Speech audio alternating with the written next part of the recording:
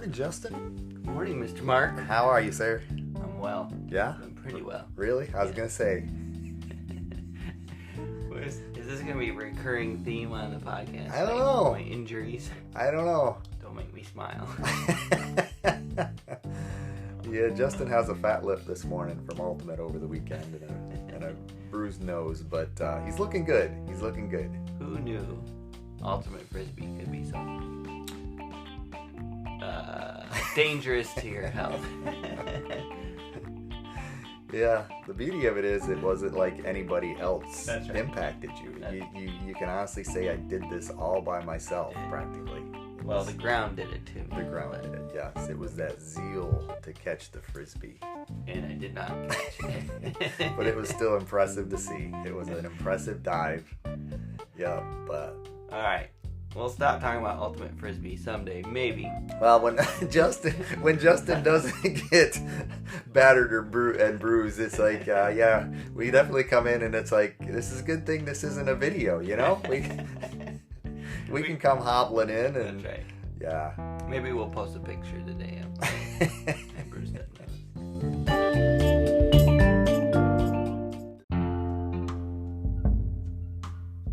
Welcome to How I See It with me, Mark Pratt, and... Justin Sternberg. This is a podcast that works to counter cultural polarization through thoughtful conversations. Anyway, so today we're going to talk about something kind of interesting. We're going to talk about what we call user-friendly. Mm-hmm. And it's interesting because when we first started talking about the idea, I was like, hey, maybe we should do a podcast episode on user-friendly and how, because if we haven't made it clear yet on this podcast, Mark has an aversion to tech and software. I am having less aversion. Okay. As I do, I'm learning. Ironically, I'm having more. So just kidding. Well, sort of. Maybe. I don't know. As I get older, I definitely have, the aversion grows. But the point was, one of the reasons that you discussed was like things are just don't make sense. Yeah, I can just remember vividly, and I think how I see it is impacted by. I can remember vividly growing up, and I was actually at my uncle's one time and playing, a game which was okay, and I got too zealous, with the keyboard, and he came up behind me and smacked me in the back of the head and said, don't use it so hard. And it's like, I didn't even really think about it, but I mean, I'll be honest, it's like, heck, if you can't play on this thing, and I think I grew up, even in the beginning of that era, it's like, don't play with it, because you're going to break it. Yeah. It's something fragile, and I can remember even early on just being able to have that fear of if you push the wrong button in the wrong order, something's going to lock up, so yeah, that's where that comes from for me. So your earliest memory is a computer smacking you. Getting smacked, yeah, because I was using it too hard, and it's like, heck.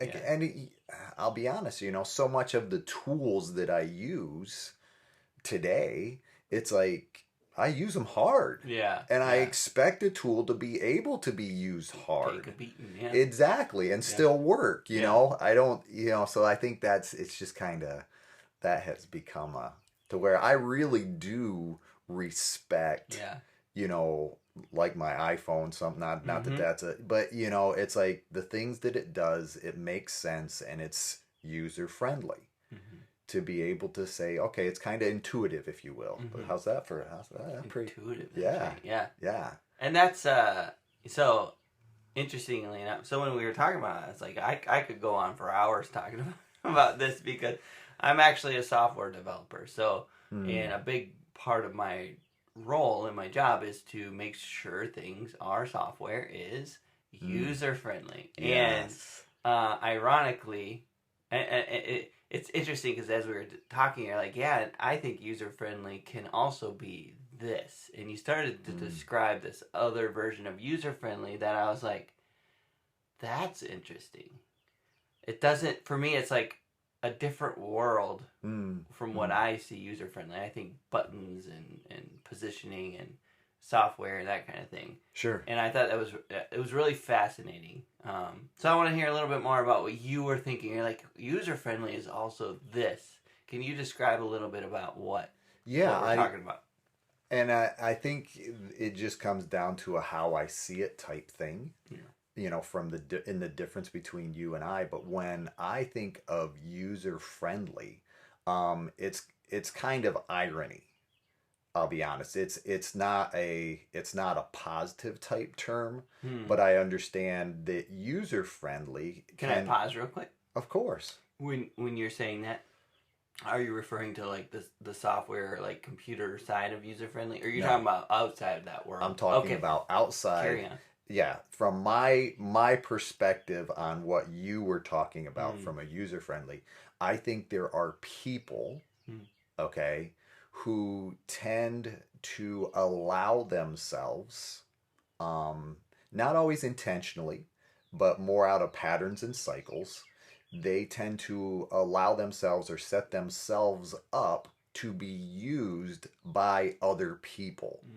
So in many cases, those people are user friendly. They set themselves up to be used by people.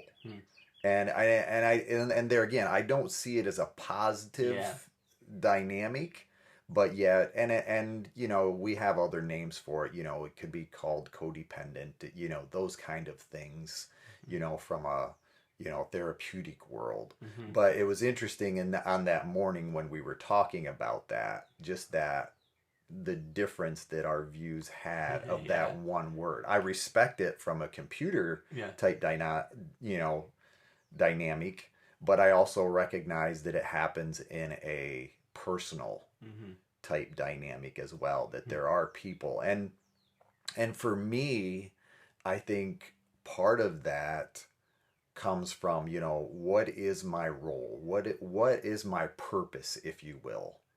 And I think, you know, so much of that, and we can put this link in. A lot of have you ever heard of love languages? Yes. Yes. Well, Gary Chapman. Yeah, I think when you say that, I always hear 5 love languages. Sure. But sure. Yes, the 5 love languages. Sure. And we don't have to go in, not that we couldn't, but like you say, it becomes, and I like the use of the word language, because I think when we understand other people's language, it's easier to communicate with them. Yeah. And if I don't, in other words, if you're speaking a foreign language to me and I don't know you're speaking a foreign language to me, in other words, it can kind of even be like the technological aspect. Yeah, I was just, Go ahead. Well, I think you're right. Well, there's a couple different parts to that, right? There is the person speaking and whether they're speaking a different language, right? Sure. And then there's the person hearing and whether they're hearing what the person's speaking. Right? Sure. Like there's 2 sides of that. And that ties into love languages and you know, psychology as much as it does computers and that whole idea of like, sometimes you design something and you think this is easy. It makes sense. You click the button and you get to the thing, and they're thinking the thing should just be there, right? And so they don't click the button. They're scared of the button. The button might smack them in the back of the head, right? So they want it to just be there, and you're like, it's so easy. What's wrong with you, right? And it gets lost in translation. And, yeah, and yet, this is the big problem with user friendliness on the internet or the computers, whatever software.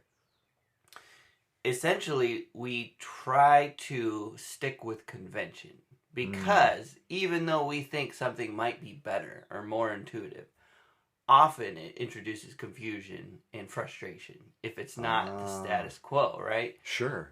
That's how it's called a hamburger menu. So that the little 3 lines on a mobile phone that represent click this to show a menu. Yep. We call that those 3 lines. We call it the hamburger menu because nice. Bun and meat in the middle, whatever. I don't know where that originated. I just always go there when I don't know what I'm Yes. supposed to do next. You I pull eat up the the hamburger, Mark. Yeah. I didn't even realize. See, that's user friendly. It is user friendly. What's interesting about that is like it didn't start user friendly. It was 3 lines in a corner of your screen. Like, why would that represent a menu? Of course, 3 lines represents maybe 3 items in a menu, whatever. But at some point, user experience experts determine this is not the best way to represent a menu. We should just have a word that says menu in a circle or whatever. But it didn't stick. People were looking for the hamburger. Oh, wow. You know what I mean? Because you get these conventions. And so we're always trying to make things intuitive. Sometimes trying to break conventions. Sometimes recognizing that doesn't work. It's just the translation part is so difficult. And then you might hit the nail on the head for 90% of your users, but 10% of them are irate. And they leave. And they're so angry you made that change. And it's like, well, I think it was a good thing, but it sure feels bad. Yeah. You know what I mean? So. Yeah. Tie that back in, Mark. Come on. No, I'm happy to. I think the difference, okay, is I don't think our menu as people or individuals is so readily accessible as it is on our phone screen. You follow me? And I think a lot of it comes down to self-awareness, knowing who I am, knowing, and I here again, I'll come back to the languages piece, because like you were saying about technology advancing to a certain degree, I think part of that, I'm trying to tie it together. If it breaks apart, it's okay. Well, part of it is I see who I am with my love language. I'm the epicenter of normal. Okay? The way I love is normal. Okay? It's what I'm used to. I mean, I don't think you're that normal, Mark. But... Well, and I'm not. I'm normal. I'll put those air quotes around it that we do here. Maybe that'll be in the picture. My nose with the scar and us doing air quotes. But from my perspective, I'm normal. Yeah. From my perspective of you, if you're something different, right, then you're the one that's weird or strange. And I think this is where we get lost in sometimes our polarization. Because instead of you being different and me being able to value and learn from that, I tend to see you as wrong. And love languages is a great analogy, because we can say, okay, no, you're just speaking a different language. And we can look at language and we can respect people who are bilingual or know more than one language, because it almost has a sound of intelligence to it or experience to it. So, in that process, we can recognize that, languages can be respected. Yeah. And even with their differences. And I think I bring the 5 love languages up because, most people are aware of them. Yeah, can you give, maybe not all 5, but even just one, right? Sure. So because there might be some that aren't aware of it. And so, sure. What's a love language? Yeah, a love language, there's 5 of them. I'm going to go with quality time. Okay, that's a person, you don't necessarily have to do much with them, but they want your presence. They like the adjacentness, right? Yes, they want to know that you like being with them. You want to be their companion. It's not about what you do. It's about the fact that you are willing to join them in just join them. Right. Okay. They could be making a sandwich for the kids, and you standing there would be depositing in their emotional bank account. Sure. Right. Yep. And I think, and you bring up a good example. Okay. In that process, your companionship, but another one would be acts of service. Which, if I'm making this sandwich, for you, that's an act of service. Right.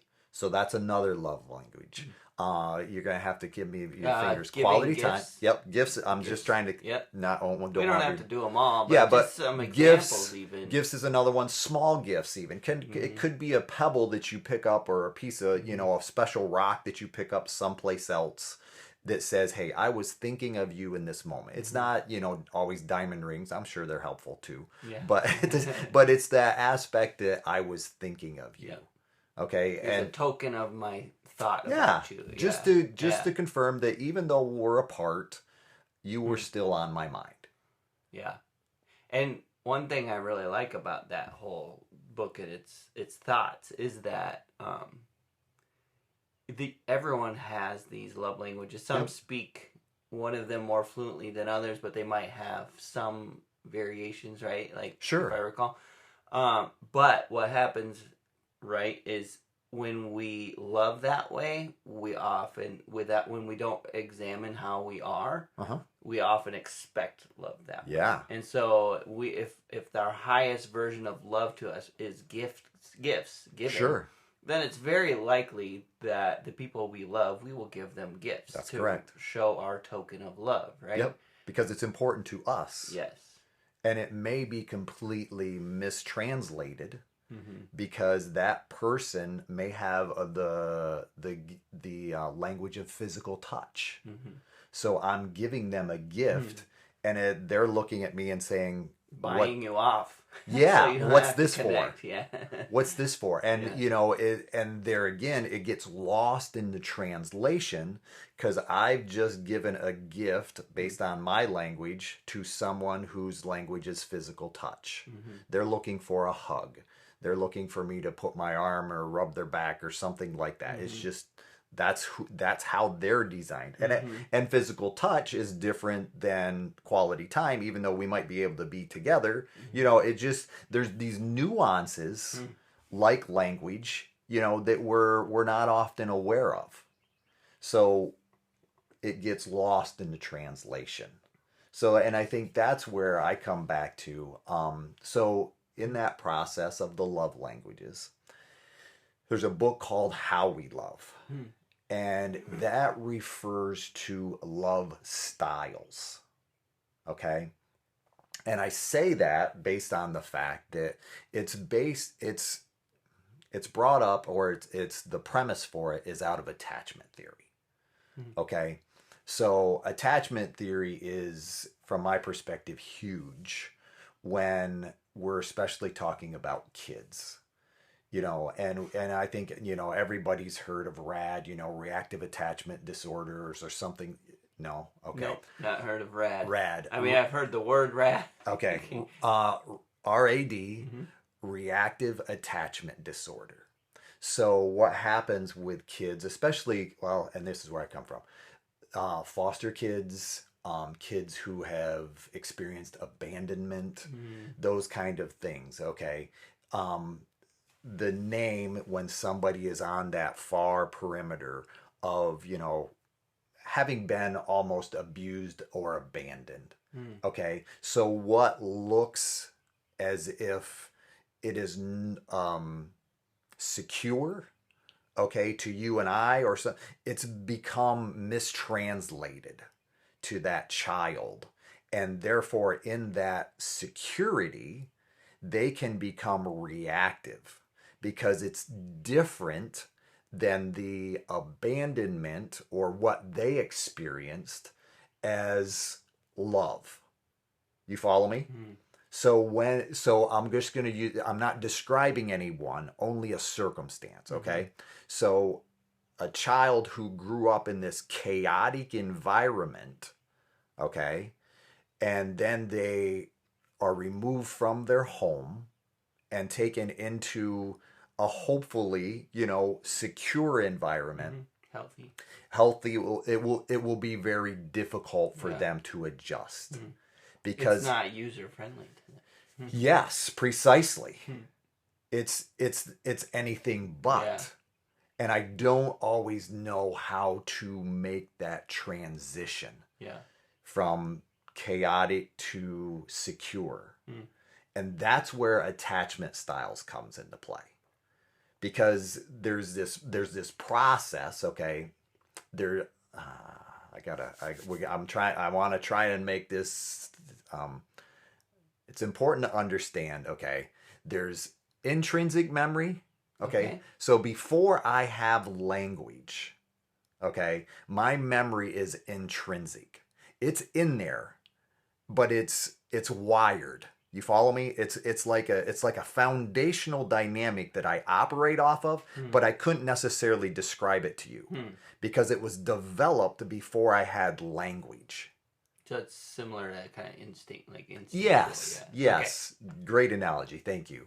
So after I develop language, my memory becomes extrinsic. So that's why, most people have a difficult time remembering early childhood, those kind of things, because there was no language to compartmentalize and file it. Okay, does that make sense? And that's why even but prior to language, there's so much bonding that happens with children and parents. You follow me? Especially, I'll just be honest, especially, what comes to mind for me is like the nursing process. Yeah. Because there's this whole hormonal biochemical process that goes along with that nursing, with that mother nursing her child. There's this eye-to-eye contact. There's this close proximity. There's touch. There's there's smell. Transferring. So exactly. Wow. Yeah. There's all, and there again, all the five senses are back in our primary function. So those things, so when we experience trauma. To pause real quick. Yeah. The only other time where we have that close of an experience as humans is sex. True. Where we're also transferring, we're connecting, we're all those things. And just think about how transformational that experience is. Yeah.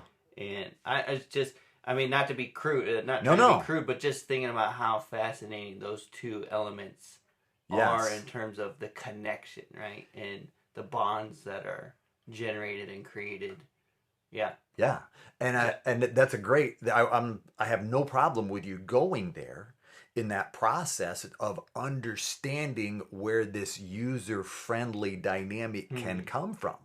Because if we want to translate that from early childhood into adulthood, okay, not to be crude again, but people who tend to be user-friendly are going to traffic in the realm of sex. You follow me? So I'm just using you to meet my need. You follow me? And here again, not a desire to be crude, but a desire to understand where this user-friendliness comes from. It's this desire to have this connection, and yet it's empty, or it doesn't fill the void that I'm looking to fill. Does that make sense? So when we look at that user-friendly across the board, so I'm going to come back to that attachment style in such a way that says, okay, I'm going to break it down to need. Okay, we were just talking about the nursing child. Okay, so we have this process. I have this experience in the back of my brain. It's basically where flight or fight mechanisms come from. Okay, it's called primary function, and that's where all my senses are tied in.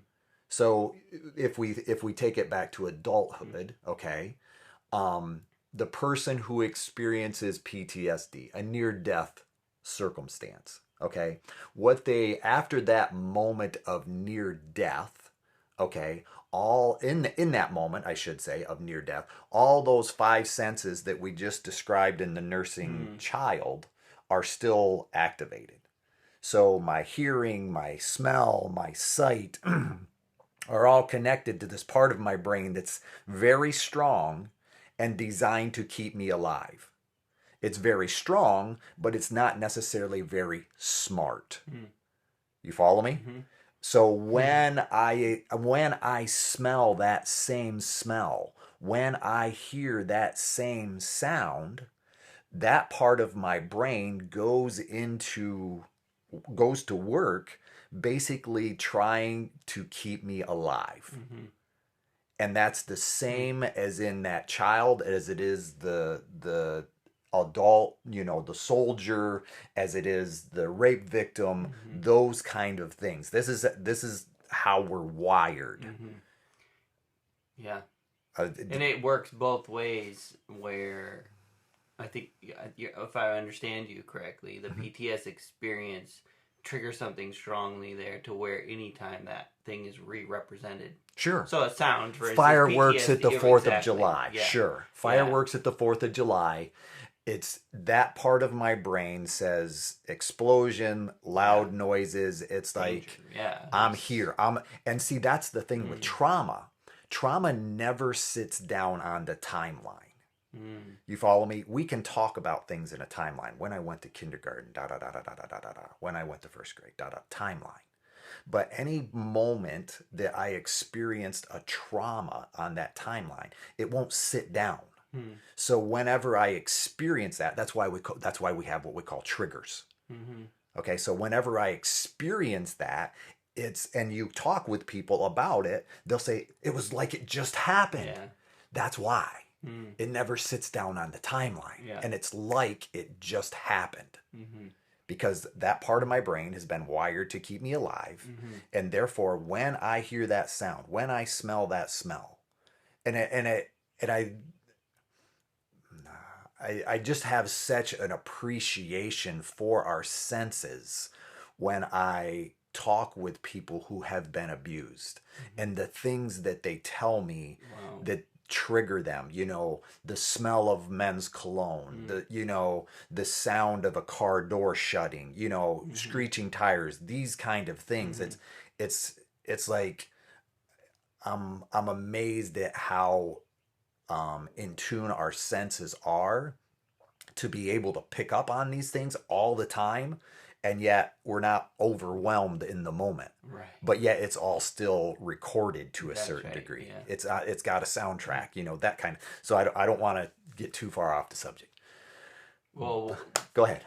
Pause. Question. Pause. I think partly too, like it goes both ways in the sense of trauma and like PTSD type of thing, but also the comfort side of things, like kind of like what you're saying about that nursing experience, and when something brings you back to a place of comfort, we can tend to latch on to it. It's not the inverse, right? Yes. And that's kind of where some addictions could start. We talk about user-friendly and looking for love in all the wrong places, that kind of thing. Yep.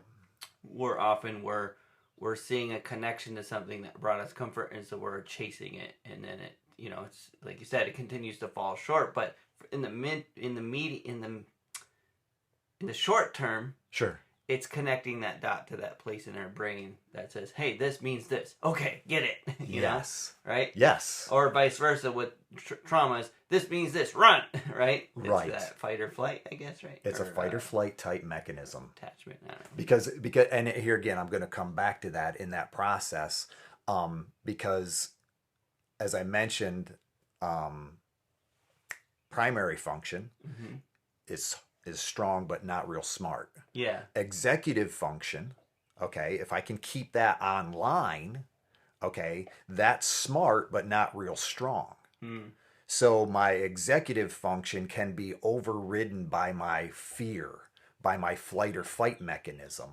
But if I can continue to keep my executive function online, I can say, oh, that's right, today's the 4th of July. It's not the same as that. You follow me? And it becomes part of the learning that needs to take place to be able to understand and kind of combat some of that primary function that goes on. But I think what happens is we have to be able to recognize that there is that connection to be able to recognize when I'm losing it and what I need to do. And I guess I just feeling a desire to be sensitive to anybody that has experienced trauma. I'm not trying to make this light. This is just kind of a schematic of how I see it, so when I'm talking about people smelling things, I don't want to trigger anybody, but I mean, we're talking about this in a schematic process. Okay. Just sensitivity to that. And then, so here we go. I'm going to come back to attachment. Okay. So in that, how we love, okay, everyone has needs. Every child. There is no perfect parent from my perspective. God's the only perfect parent, okay? So no matter how well I parent, I am not going to be able to meet all of the needs of my children. No offense to you, you will not be able to How meet. dare you? Exactly. And and so often, in my world of sorts, and I understand where it's come from. We want to blame at times. The desire is to blame something on my parents. They made no, that's not where I'm going. That's not where Mark Pratt comes from. Okay? We're adults now. We've had this experience, and now it's time for me to take responsibility for what is mine. Okay? Because my parents were imperfect people, just like I'm going to be an imperfect parent as well. And I think, so I'm not, this isn't about blame, but we all come out of this experience with these unmet needs. Okay, so I'm going to break it down to kind of, if you picture a need, I draw a circle at the top with need in there, and then I bring two lines down to my right and to my left. Okay, so if my need is answered with a yes, routinely yes, okay, below that yes, I draw another line with a circle that would kind of represent security or the ability to explore and learn. So picture a toddler, okay? Your toddler even. You're growing up. You're routinely in a safe environment. You see them they've gained their mobility. You've seen them kind of amble out of the room, and you kind of stay where you are, but you're aware. And suddenly you kind of see them meander back. Okay. Now, if they come running back, if you hear a loud bang, they may come running back. You follow me? Because what they're doing is they're learning to develop security. They're being able to go off on their own. The world's a safe environment that you've provided kind of within your home. They're able to go explore, and then they come back. Now, if something happens while they're out there, the world may be defined a little differently, because now, oh my goodness, this is an unsafe place. So like when we transition to daycare, okay, this is foreign, this is unusual. So there's going to be some crying and gnashing of teeth, if you will, that basically says, I don't like this. This doesn't feel secure. This is change. Does that make sense? Yep.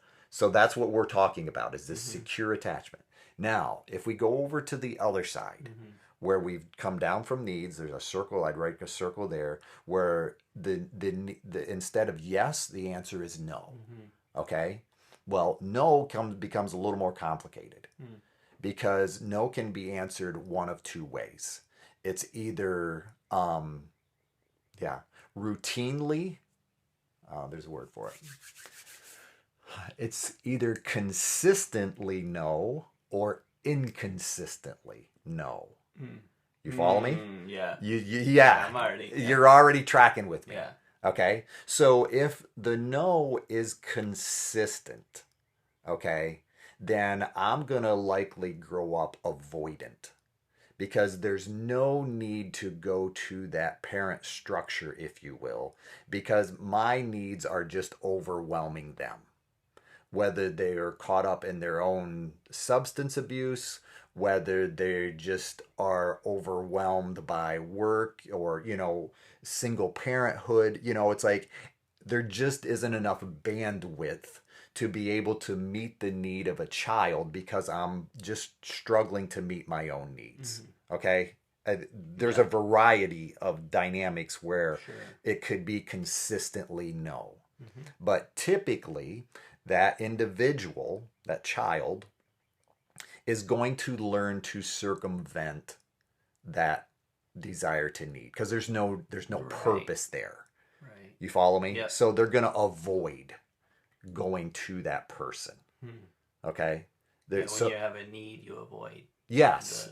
The quote unquote source. Yeah, you avoid, and you basically learn to entertain yourself, or do it on your own type thing. Pull myself up by my own bootstraps type thing. You follow me? Yep. When we go over to the other part of no, that is inconsistent, Okay, we can recognize how that has its own set of dynamics as well. Typically, that child is typically having to perceive when is a good time because they don't necessarily know. So they have to kind of, if you will, read the tea leaves of the moment and say, okay, is now a good time or is now not a good time? Okay, oh, I've seen that look before. I'm not asking now. Mm-hmm. Oh, okay. Dad came home, gave mom a hug. Now might be a good time. Mm-hmm. Okay, and I'm not saying it's always that simple, but so the inconsistent, okay, tends to lead to anxiousness. Mm-hmm. You follow me? Because I'm never quite sure.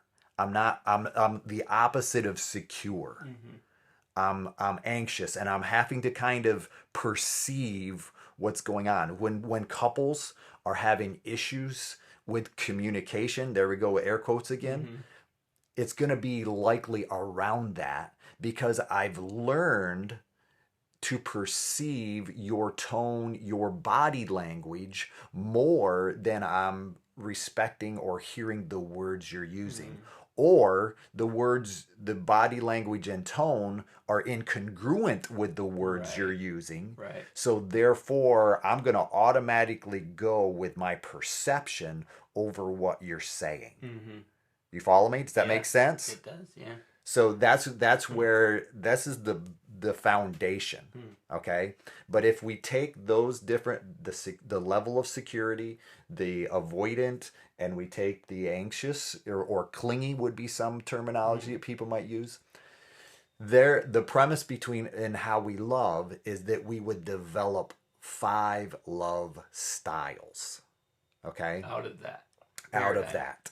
And I'll just start kind of with the order. Avoider is going to be one of those love styles.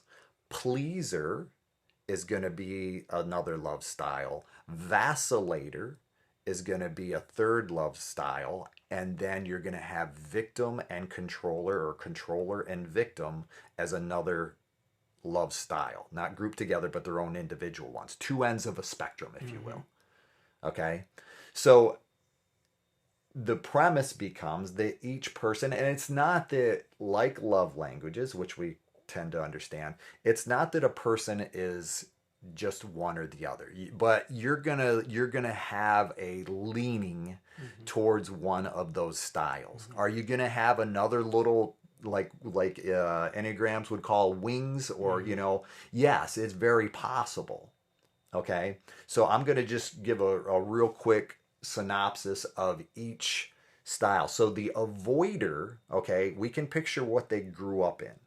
Okay, now the avoider isn't necessarily looking to avoid people. The avoider is looking to avoid emotion. Okay, now you think about it in that process of, well, if I may, I'm not you specifically, but I think IT guy comes to mind. Okay. It's not about feelings and emotions. It's about facts. What do you need, that I can fix? What can I fix for you? What's broken? No, I don't want to know how you feel about it. I just want to know what I can fix. What's wrong? And see, the avoider, when we think about what they grew up in, it's easy to see that they learn to grow up entertaining themselves. So their lens, if you will, tends to look at things from a pragmatic perspective. Okay? So in relationship, they can tend to look at that person that has a need coming to them and saying, are you kidding me? Why can't you just entertain yourself like I entertain myself? You follow me? That's the lens that person has. Yeah. Not that it can't change, not that there isn't room to, but that's the premise behind their love style. Okay? Does that make sense as an avoider? Yeah. Okay. Yeah. And I'll leave it at that. But there's a lot more to it. But for the sake of time, it makes sense in that I'm like, yeah. Scratching my chin. And we can all recognize that emotions can be difficult.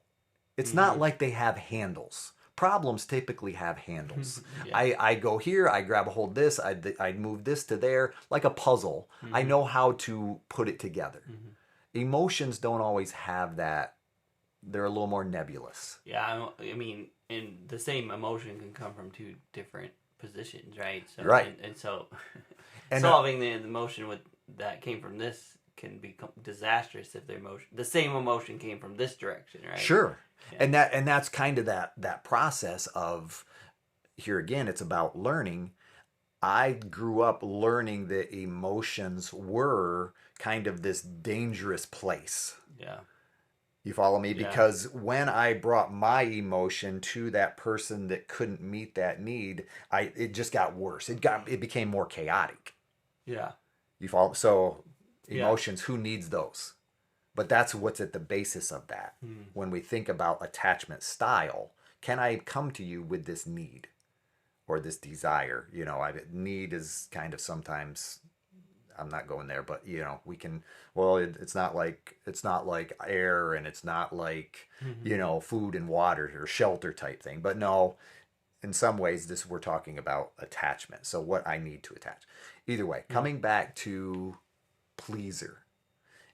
The pleaser is just like it is, and you know, it comes back to that point of, I want to please you. I want you to think I'm a nice guy, and therefore I'm going to treat you like I'd like to be treated, and my expectation is that you will treat me the same way. Okay? And so when we think about pleaser, their desire is to please. Now, granted, a pleaser may not always be, when I think of pleasers, ultimately I think of contractors. Okay? From my perspective, it's very difficult for a contractor to say no. They will routinely say, yes, I can do that. Yes, I can do that. Yes, I can do that. Oh, yes, I can be there in 2 weeks. Yes, I can be there tomorrow. And the process becomes, eventually, that tends to lead towards, not that they're dishonest, but my overcommitment and saying yes to everyone to please them tends to lead to dishonesty. Ultimately, somebody gets a no. Whether I wanted to or not, they get a no. You follow me? Yep. And it's just about that desire. And here again, this is at times and pleasers are another one of those individuals who are going to be continually perceiving. You follow me? Because that's how they know what the right answer is. They kind of follow the trail. And okay, I've seen that look. That means you're pleased with me. I'll continue in that vein. When in some ways, maybe I should take a left instead of going right, where, you know, I think you want me to go, because that's actually counter to who I am. And this is where we start to set up that user-friendly dynamic. Yeah. Because I'm putting myself in that position to create that desire, to meet that need within me of pleasing you. You follow me? Yeah. And that becomes the lens that I tend to look at life through. Making sense? So what my desire is to just be kind to other people and hoping they will be kind to me, because that's what makes sense. And I'm not always the pleaser, just like the avoider isn't necessarily always in touch with their emotion and won't have a really good emotional vocabulary to even describe how they feel. Okay? The pleaser will tend to operate out of that perception and will tend to think maybe more in their own mind before they are actually even communicating it. Makes sense in that. Yep. So as we think about these different styles relating to one another, it becomes very similar to love languages. And it sets people up sometimes in that anxiety to be user friendly in a quote unquote type world. The next one is vacillator. Vacillators vacillators tend to be intense people. Okay? And what happens is, you think of vacillator, I think of the sine wave, you know, roller coaster. Okay. Roller coaster is how it'll typically be described, because a vacillator, um, it is, it is, vacillators have this ability to create expectations in their own mind. Okay. But the problem becomes it's never as good as they thought it would be. They have elevated it in their mind to the point that we're going to do this. We went to the zoo. Think of a child, okay? We went to the zoo. That was a wonderful experience. Everybody was laughing. There was cotton candy. There was, and we were talking, and there was these smells in the air, and it was just wonderful. So can we go to the zoo again tomorrow? No, you ungrateful child. What's the matter with you? You think money grows on trees? That becomes, but yet there was such, and when we think about sexual relationships, those kind of things, this attachment, there's this tremendous desire for closeness and attachment. Okay. And Mark's got his hand in the air and like the top of a roller coaster. Exactly. As he's describing this. That's where those expectations have gone. Right.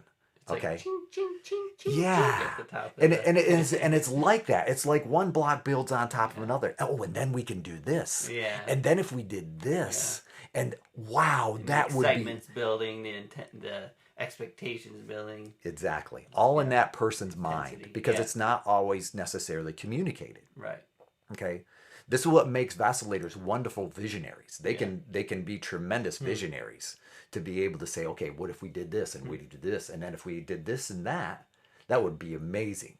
You follow me? And from a business type perspective, we can recognize that person could have tremendous value. The problem in the relationship tends to be, okay, my expectation wasn't met. So now what happens? I plummet.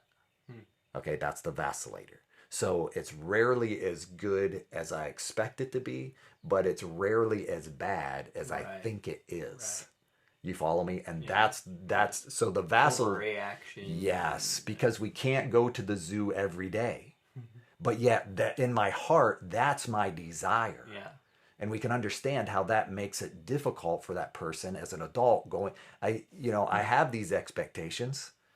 And I have these goals, I have these dreams, these visions, but yet I never seem to quite make it. And it's difficult for the vacillator if they get to 75%, okay?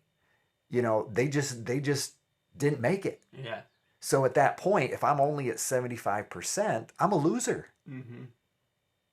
When in reality, no, you hit 75%. That might even be 25% higher than the average person would get to. You've exceeded a level that is quote unquote normal.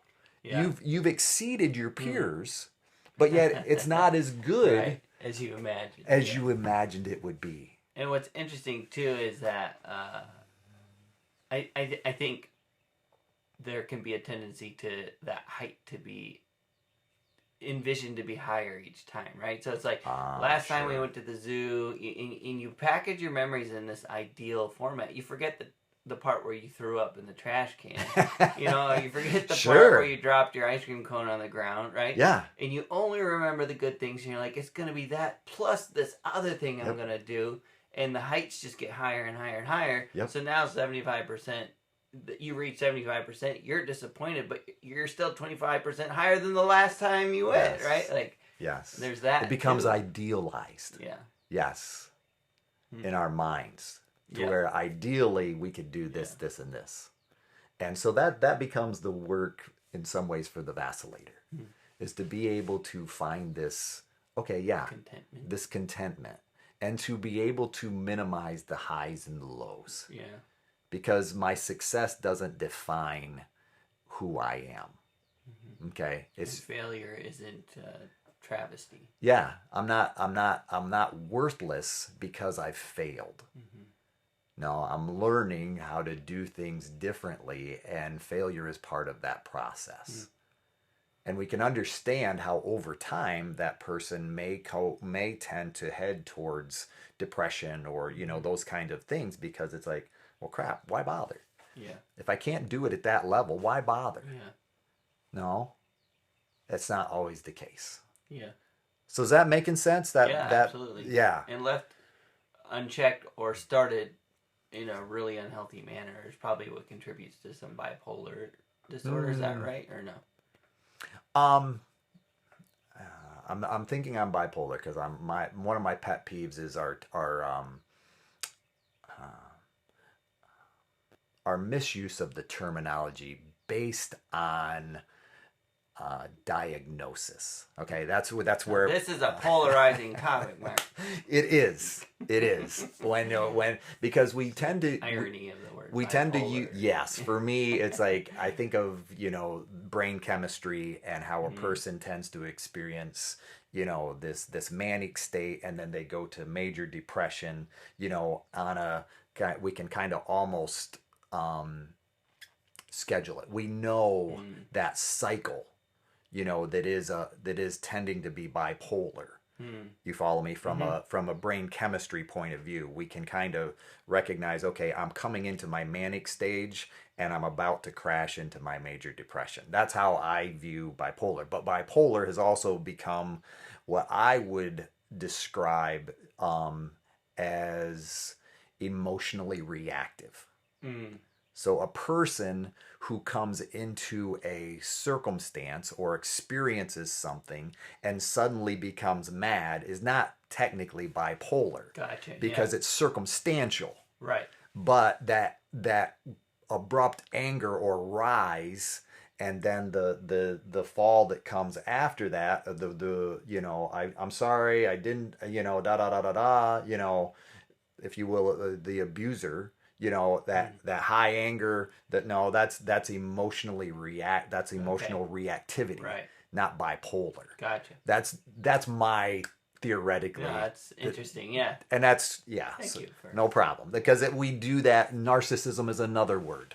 It's basically it's come to represent a selfish man. Yeah. But narcissism. Well, then I'm a narcissist. Exactly. Yeah. Selfish man. Also a little narcissistic. I do like talking about myself, Mark. Well, there you go. And then take it for what it's worth. And that's where the cultural definition versus the theoretical definition. That's kind of where that's great. I just tend to traffic in. That's. So how many love languages have you hit so far? 3, right? 3 out of 5, yes. And it's avoider? Yep. The needy, except you had another word for it. Yeah. When we think of when I think of the Bible, I think of the difference between Martha and Mary. Yeah. Like okay. The server. Well, and there's a difference between being a peacekeeper and a peacemaker. I see pleasers as that's the person as the peacekeeper. Yeah. They're not necessarily wanting to make it; they just want to keep it. You follow me? They want everything to be happy. Everybody needs to be happy. Yeah. Yeah. Kind. Yeah. And we don't necessarily want to deal with the issue. It's like a maintenance, not a fixing. Right? Status quo. Right. Yeah. Sure. So you got avoider, you got pleaser, and then vacillator. Right? Yes. All right. And then you said 2 more? Yeah. All right. And those ones for the sake of our time will be probably a little quicker in the process of controller and victim. Okay. They're basically 2 ends of the same spectrum. The controller grew up in that chaos, so did the victim. Okay, the difference is what they took out of it. Okay, so the victim will basically say, yeah, I deserve that, it's my fault, and they take on. So when you can see a pleaser that grew up in a victim, that pleaser, they're going to tend towards that user-friendly dynamic. It's my fault. Okay, yes, I deserve to be hit, I made you mad. No, that's not even close. That's not even accurate. Mm-hmm. You follow me? Mm-hmm. And then a controller will tend to use anger to motivate people.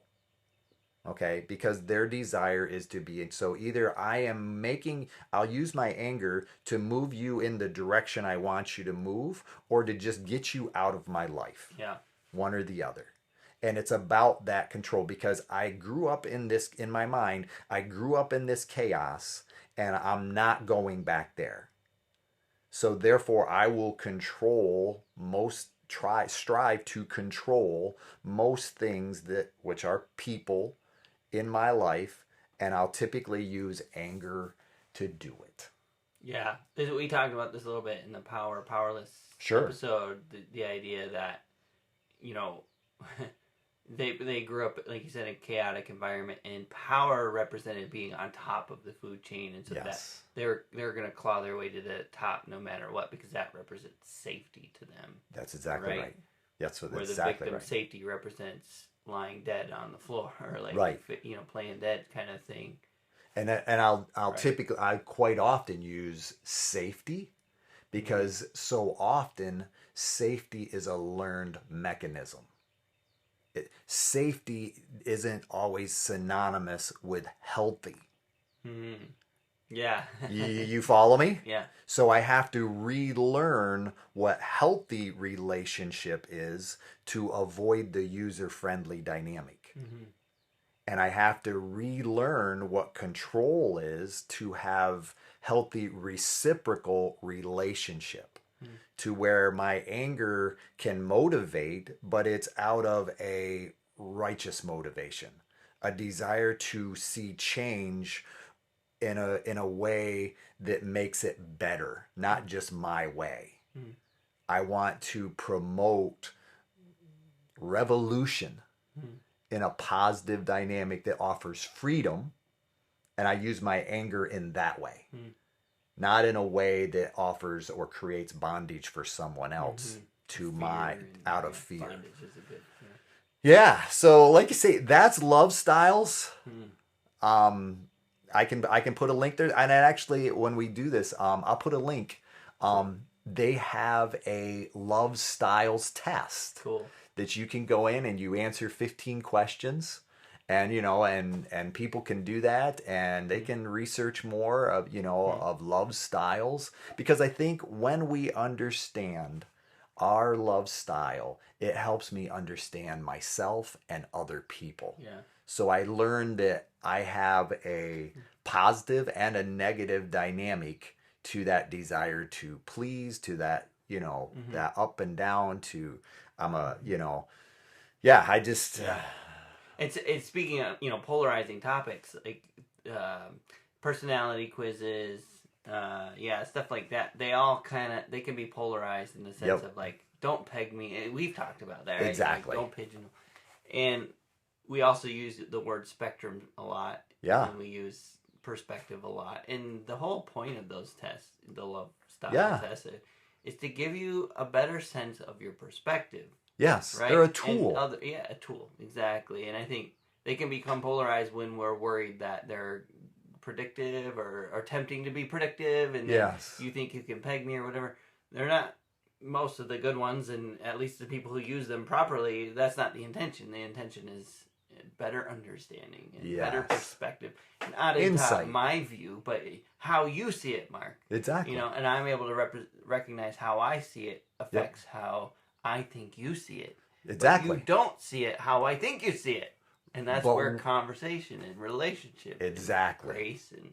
But the interesting part of that is when I understand who I am and I understand who you are, I'm better able to understand the cycle that our relationship creates. Yes.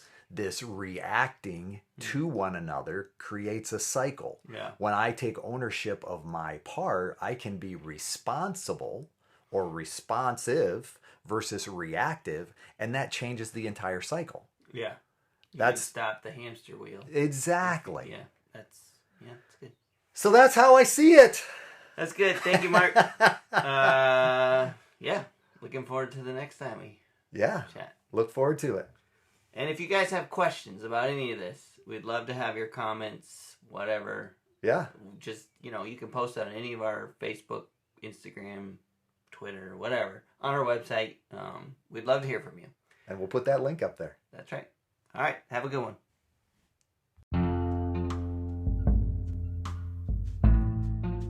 Hey, thank you for listening to our podcast. If you like How I See It, please do all the things that podcasts tell you to do. Subscribe, rate, review, follow us, and or talk nicely about us on social media. If you want to reach out, the email is us@howiseeit.click. Yep, I said .click, as in .click. Please tell your friends about this show, and we'll see you on the next one.